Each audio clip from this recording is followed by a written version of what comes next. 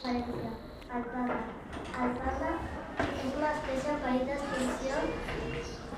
Actualment, el panda està molt protegit per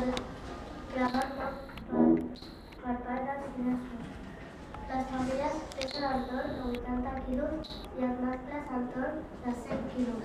És un animal de costum solitari, excepte en època d'aparellament. Té un pelatge blanc i negre i mostra marques de pèl negre a les orelles, al voltant dels ulls, a les espatlles i a les extremitats. Té 5 armats surtes a cada peu.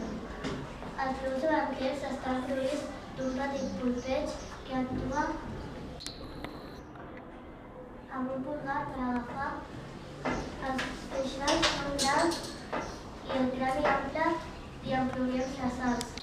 La seva alimentació és omnívora, sobretot la dieta del panda es basa en tiges de bambú.